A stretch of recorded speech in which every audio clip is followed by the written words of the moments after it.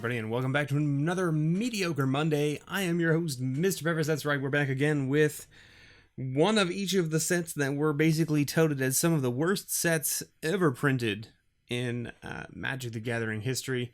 This is based on a bunch of sort of like looking around. I don't know if I would call it research or anything like that, but I did a lot of digging through old archives of forum posts and things like that. And sort of looked around. I did run a few polls as well to find which sets people basically said were the worst sets that were ever printed. One of the ones that came up as well that was one of the, touted as one of the worst was Chronicles. I don't have that here in this series just because it's a little more pricey to get a hold of these days, because the cards in those sets do in fact have some value, even though it was touted as one of the worst sets. Mainly because it was reprints of a bunch of cards from the previous 4 or 5 sets, and it was so close to when those sets were printed. That's why people were really upset about it. So anyway, we've got Fallen Empires, we've got Homelands, we've got Saviors of Kamigawa, we got Dragon Maze, and we got Born of the Gods. And what we're doing is doing sort of similar to what we've done with our other Monday series, and that's we're doing a little bit of a giveaway. So last week, Mr. Greg L was our lucky winner, voting for Homelands last week. And Homelands had the card we were looking for, which was the highest converted mana cost white creature. This week we're looking for the highest blue mana cost creature. And you make sure you leave a comment below on this video and let me know what you think will have the highest black mana cost creature next week.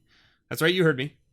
So if you leave a comment below on this video telling me which set you think will have the highest converted mana cost black creature next week, you could win. And you could win the pack that we open that contains that card. So last week, Greg won the pack of Homelands that we opened up, so I've got it set aside for him. Greg is a patron, so I asked him if it would be okay to mail it out to him with his next patron stuff, and he said yes. So I said, great, it'll save me a little bit on shipping, so that was appreciated. Thank you, Greg. And we're going to go ahead and get right into it. So we're looking for the highest converted mana cost blue creature. Let's get right in with Fallen Empires because, you know, these cards take me back quite a ways. So if I get rambling, I apologize. But, you know, we're going to get into things here because, look, this card's damaged. Look at how bad that's damaged at the bottom. I don't know if you can actually see that on the camera, but the bottom of this card is, got a mad dent in it. See it? Yeah, look at that. Holy moly. That's rough shape. So that's obviously gotten caught in the machine or something when it was being packed up, because it wouldn't have seen that kind of damage being in the box. And you can actually see on the back, I don't know if you can see it on the camera or not, but it's got almost like pinch marks. It almost looks like it's from when the pack was crimped closed. The crimper kind of just caught that, but it's on the inside of the card. So it's almost like it happened before it went into the pack. It just kind of off the roller maybe. That just might be a roller mark on the edge of the card. It just caught it. I don't know. But anyway, there you go. So with Dwarven Ruins, you know, comes into play tapped, add a red mana, or you can sack it to add 2 red mana. We got a Sea Singer, 3 mana there. So highest converted mana cost blue creature there is the Sea Singer. So let's we'll keep that up top there, and we'll put the rest of the cards underneath. We got Brass Claw Orcs. It's like a Wolverine type glove there. Weird. All right, there's not a creature, so it's an enchantment, so it doesn't count. It is 4 mana blue, but it's not a creature. So this is a Merzine, or Maricine, or Maricine, because there's no extra vowel in between the R and the S there. Put 3 net counters on Maricine when it is brought into play. Target creature Maricine enchants does not untap as normal during its controller's untap step, as long as any net counters remain. As a fast effect, target creature's controller may pay creature's casting cost to remove a net counter. Interesting. And of course, we got Goblin Grenade there with a sweet, sweet grenade there. Very good times. Tidal Flats. Good times. Another enchantment. Ooh, there's your Thalid. Look at that. It almost looks like this art is like claymation. Look at that. It almost looks like it's like a clay thing that someone's laid up and then taken a picture of. But it's not. It's just a painting. Oh, and there you go. We got the basal thrull. Or basil thrull. Or however you want to pronounce it. Basal? I want to say basal because it's B-A-S-A-L. So basal. And it's a 1/2. For black. Tap, sacrifice it. Add 2 black mana to your mana pool. Play it as an interrupt. Alright, well, 3 mana there from Fallen Empires. So that's the one to beat. We're looking for blue creatures with higher mana cost than 3 from these other packs. At this point, it's anybody's game because 3 is not that high, to be completely honest. Homelands has some pretty beefy... Homelands and Fallen Empires both have some very big, beefy blue creatures in them. So, and expensive. But didn't get there with the Fallen Empires pack. Let's see. We got Death Speakers. The Asen Highway. Asen Highway. 6 mana enchantment. All white creatures gain Planeswalk. Weird. Cool, but weird. Sarah Paladin. Nice. Little 2/2 for 4. Prevent 1 damage to any creature or player. But you can pay 3 and tap it. Attacking does not cause target creature to tap this turn. So you can give a creature vigilance. Cool. There you go. There's a 6 mana wall. That's a creature technically, even though it says summon wall, it is a creature. So we got Dark Maze, which is 5 mana cost 4/5 wall that says pay 0. Dark Maze can attack this turn. At the end of the turn, remove Dark Maze from the game. Dark Maze cannot attack the turn it comes under your control. So it doesn't have haste, but it's a 4/5 wall, which is pretty nice. And then you can attack with it if you pay 0, you can attack with it, which is kind of cool. All right. Hungry Mist. Another creature, 6/2 for 4. But then during your upkeep, you pay 2 green or bury it. And that's every upkeep. It's not even like a one time. It's during your upkeep, pay 2. And if you don't, see you later. Torture. Little enchant creature for 1 black. Interesting. This is interesting. Huh. Choose target creature. And then it does nothing else. So this just sits on it. But then it gives the creature, essentially, like, the enchantment has an ability that says, pay 1 and a black, put a -1/-1 counter on creature torture, put a counter on creature torture enchants. Whew. Abbey Matron, little 1/3 for 3. Pay a white and tap and add +0/+3 until end of turn. And a Cemetery Gate, another wall. Look at all these walls. Protection from black. 5 wall. Alright. Well, 5 mana is pretty good. 5 mana is pretty good for a blue creature. Let's see what else we got.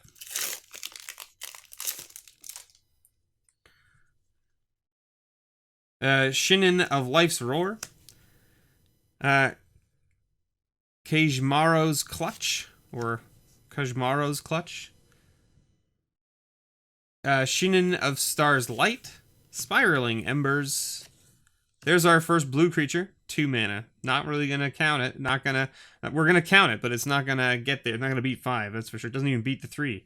But we got a Minamo Scroll Keeper. There you go. We got Night Soil Kami. Sakura Tribe Scout. That's actually that's worth like about $1, I think, somewhere in that range.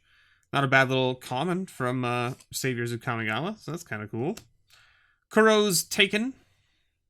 Little rat samurai. Nice. Kitsune Bone Setter. Fox Clerics. Clerics were big in this format, if I remember correctly. Into the Fray. Little 1 mana red instant that has Splice into Arcane. Splice into Arcane, for those of you who don't know, was an ability to allow you to essentially, when you play a spell that is arcane, you could cast other spells from your hand with their Splice onto Arcane ability by paying their cost. And it says, as you play an arcane spell, you may reveal this card from your hand and pay its Splice cost. If you do, add this card's effect to that card. So essentially, if you played an Into the Fray with another Into the Fray in your hand, you could say target creature attacks this turn available, pay 1 red to splice Into the Fray onto another Into the Fray, and then make another creature also attack. It's interesting. Now there's other arcane things like here for Murmurs from Beyond, right? So reveal the top card Reveal the top 3 cards of your library. An opponent chooses one, put that card into your graveyard and the rest into your hand. So you could play this and then splice into the fray, right? That kind of thing. So we're into our uncommons now. We got Ghost Lit Redeemer, little 1/1 white spirit. Spirits were also big in this format. So it was like spirits, clerics, samurai, and I think it was like snakes. And then possibly goblins. I don't know if goblins were in this. I feel like they weren't. Well, the rats. The rats and the ninjas were in this as well. Yeah, fair. Molting Skin enchantment. We got Yuki Onna, little 4-mana red creature. So it looks like 2 is going to be the biggest blue creature here. We got when Yuki Onna comes into play, destroy target artifact. Whenever you play a spirit or arcane spell, you may return Yuki Onna to its owner's hand. Interesting. Ooh, we got a foil rare. Okay, there you go.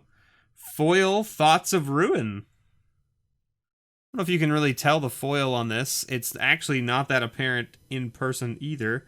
The only reason I can tell it's foil is because it's a little bit darker and the card's a little bit more rigid, which is interesting. But there you go. Thoughts of Ruin. I don't know what that's kicking around at dollar-wise, but it's interesting. Let's see. All right, cool. All right. I mean, I'll take it. Sure. Why not? That could have been yours, but unfortunately the blue creatures in this set let you down this week. And I didn't miss any, right? Let's just make sure that I'm not skipping out on somebody here. That's an arcane spell, and those were only 2 blue things in the pack. My goodness. Alright. Well, Dragon Maze. It's only 5 mana. You only need to beat 5. We got a Rubble Belt Maka, which is the thing with Blood Rush. Blood Rush is an interesting ability that they put into place in the Return to Ravnica block. Hired Torturer. Drown in Filth. Mending Touch, I should say. Oof. Sunspire Gatekeepers. Ah, the Clue Stones. Simic Clue Stone. For the Guilds. Battering Crassus. Evolve was one of my favorite mechanics out of one of these sets. I really loved Evolve. It made for some really interesting games in Limited and stuff where you could like make like super huge creatures, but they were getting bigger only because you were playing bigger things. So it made like your whole board bigger. It was interesting, right? And then you could do some shenanigans with moving counters around. It was pretty sweet. Haunter of the Night Veil. This card was great in Limited. Creatures your opponent's control get -1/-0. And it's just a 3/4 for 5, which is decent. Unflinching Courage is a nice little lifelink enchantment. Putrefy. So no mono blue cards in this pack. Putrefy was a good card as well. Nice little removal spell. And then our rare is a Flesh and Blood. And then in this set, you could fuse these cards together, which means you could cast both halves instead of only one half at a time. So you could pay the total 7 to cast both, right? So Flesh was exile target creature card from a graveyard, put X/1/1 counters onto target creature where X is the power of the card you exiled, and then the Blood is target creature you control deals damage equal to its power to target creature or player. So you could basically pump the crap out of a creature and then also shoot someone with it. And we got a foil here. Oh, it's not a foil blue, though. If that had been a foil blue creature for 6, that would have been hilarious, because it would have taken the top spot then, which would have been awesome. But anyway, so that's our rare, and then we have a foil Maze of Behemoth, and an Orzhov Guildgate with a bird token. Birdie, birdie, birdie. Oh, right, this is that. There we go. Alright, Born of the Gods. We didn't get a single blue card or creature out of that Dragon's Maze pack. To be fair, then, we did have the Haunter of Nightveil, which is technically blue, but as we mentioned in the first video, I'm not really going to count the multicolored cards toward the converted mana cost for creatures of that color. I'm doing mono first. Then we'll worry about other things. So we're doing mono-colored only to start. So remember that. If you're voting for next week, it's mono-color only. Swordwise Centaur. Epiphany Storm. Hold at Bay. Marsh Mist Titan. Nyxborn Wolf. Floodtide Serpent is a 5-mana blue creature. Tied. We got a tie. Necrobite. Kragma Butcher. Loyal Pegasus, which has seen a lot of reprints. Elite Skirmisher. Thassa's Rebuff as our first uncommon. Sky Reaping. Archetype of Finality. This card was a lot of fun to play with, too, in Limited. A 6 mana, right, but 2/3, but it says creatures you control have Death Touch, which is pretty crazy, and then creatures your opponents control lose Death Touch and can't gain it. Ooh! Blue creature, monocolor, takes the win, because it's 6 instead of 5. So there you go, Arbiter of the Ideal, flying 4/5 Sphinx that has inspired. Whenever Arbiter of the Ideal becomes untapped, reveal the top card of your library. If it's an artifact, creature, or land card, you may put it into the battlefield with a manifestation counter on it. That permanent is an enchantment in addition to its other types. And then we got an elemental token and a swamp, which I'm not going to include the tokens in the land with the pack for the people who win, just because it's extra weight for the postage. And yeah, it's not a whole lot of extra weight, but it can make the difference. You never know. So, that being said, who voted for Born of the Gods? Because Born of the Gods is the winner. And for those of you out there who are watching, make sure that you leave a vote below. Mono Black. Mono Black is what we're voting on for next week. The proud winner is going to walk away with this pack right here, so let me clear these away. You know what? I know that this is worth $15 or so I'm just going to put it right into a blue sleeve so that I keep track of it, so that I don't lose it. So we are just going to stack all this up for the time being. Like so. And I'll put that over there like that. And let's get a stack of lands and write down some people's names so that we can then pick a winner. How about that? So, who have we got first? We got Pause. Pause has a channel too. Go check him out if you haven't already. Pause has got another channel where he opens up product. We got Corbin. CGC. We got Damon. H. We got Kulin. F. We got Glorious.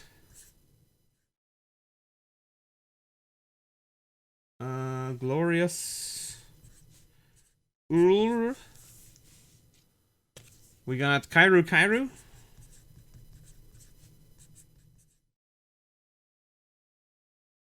We got Raphael.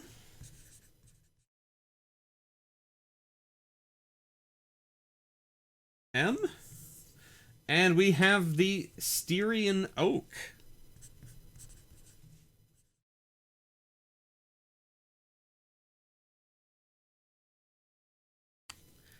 All right. Congratulations to all of you. You have guessed correctly. And look, it looks like we have 8 folks here, so that's good news.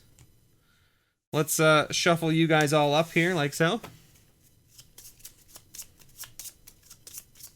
Do you know where you all are? Does anyone know?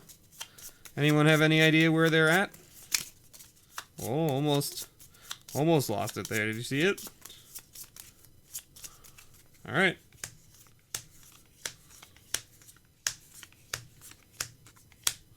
All right. Let's roll. We're gonna roll a D8. 1, 2, 3, 4, 5, 6, 7, 8. You'll be the proud winner of a nice pack of Born of the Gods. 6.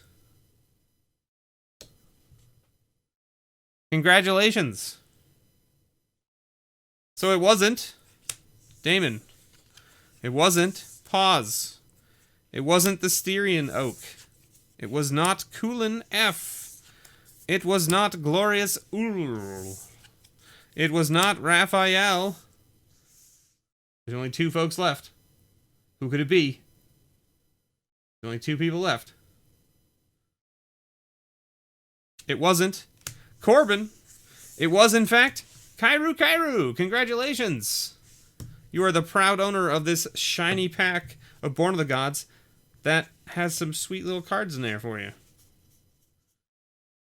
Some good stuff. There you go, a nice big blue Sphinx for you to add to a blue deck that you've got going on. Maybe you have a blue deck, maybe you don't, but there it is. Anyway, thank you so much, everyone, for watching. Don't forget to vote for next week. I did mention it twice in this video, so if you don't remember what it is, make sure you go back and check out the beginning. I mentioned it right near the beginning, so you don't have to watch the whole video again, but it is there at the beginning. Thank you so much, everyone, for watching. Don't forget, if you want to help support the channel, you can do so over on my Patreon at patreon.com/MrBevers, where you can get things like grab bags, booster boxes, bundles, all that good jazz.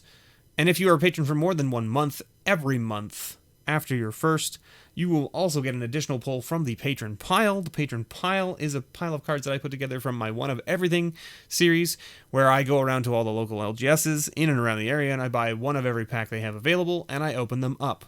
I put anything of $1 or more of value on TCG Low. That's right, I use TCG Low prices. Anything over $1 or more goes into the Patron Pile. Every patron who is a patron at one of my Magic tiers of $8 or more each month gets a pull from that pile. You could get pulls too. If you can't support with a monetary value, don't even worry about it. Thanks for just watching. Don't forget to hit that subscribe button. You can also like and share the video. Sharing the video helps immensely. So if you can't help with the monetary value, you can definitely help that way. I would greatly appreciate it. And maybe your friends and family, or, you know, your community that you have would appreciate seeing some other content. Who knows? But it would help me immensely. Thank you so much, everyone, for watching. And as always, may your pulls ever be better.